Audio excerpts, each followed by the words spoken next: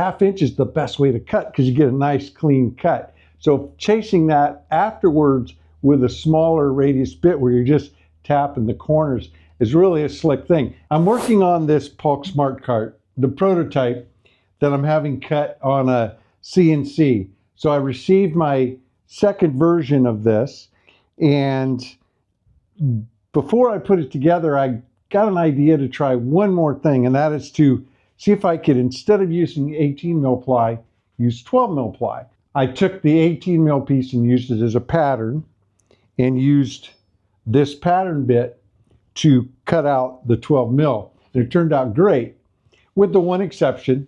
Any radius cutter, doesn't matter if it's a pattern bit or a bit in a bushing or CNC, you're going to be limited to the radius of the bit. So this one's about a 3/4. So I've got a pretty big corner. It looks great, but I want it more squared out.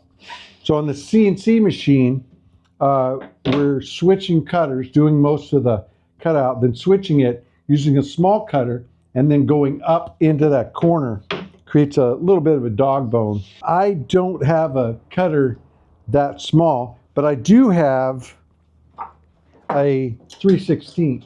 My plan is to screw this piece back on to the 18 mil piece back as a pattern, and then use this to go in and finish those corners out.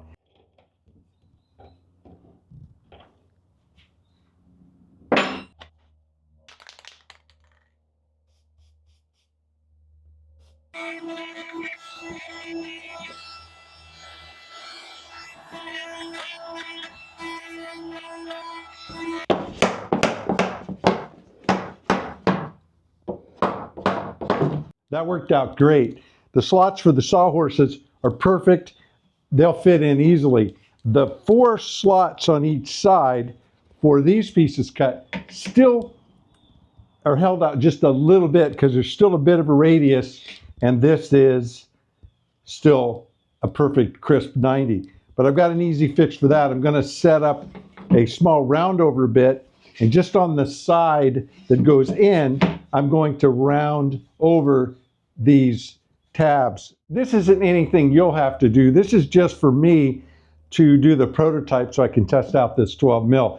Obviously, if it does work out, I'll just change my designs so that the bottom is made on the CNC with the 12 mil. This is what prototyping is sneaking up on things and making adjustments. And so that little fix there, that's actually something that comes in handy even when you're building stuff with patterns, because a lot of times you'll want that radius to be smaller than the 1/2 inch, but the 1/2 inch is the best way to cut because you get a nice clean cut. So chasing that afterwards with a smaller radius bit where you're just tapping the corners is really a slick thing. And I've actually showed you that in previous videos.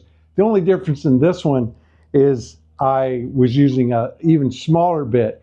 And now it makes me think, I'm wondering if I can get a smaller bushing. What is the smallest bushing and bit that I can get? One of the best ways to support us here at the Smart Wood Shop is to purchase a set of Smart Workbench plans for the Smart Bench, Smart Station, any of the accessories that work with the system. I think there's like 13 plans or 12 plans in all, or even the Smart Wood Shop itself. Then there's a link in the description of this video down below. Mahalo for hanging out with me in the Smart Wood Shop.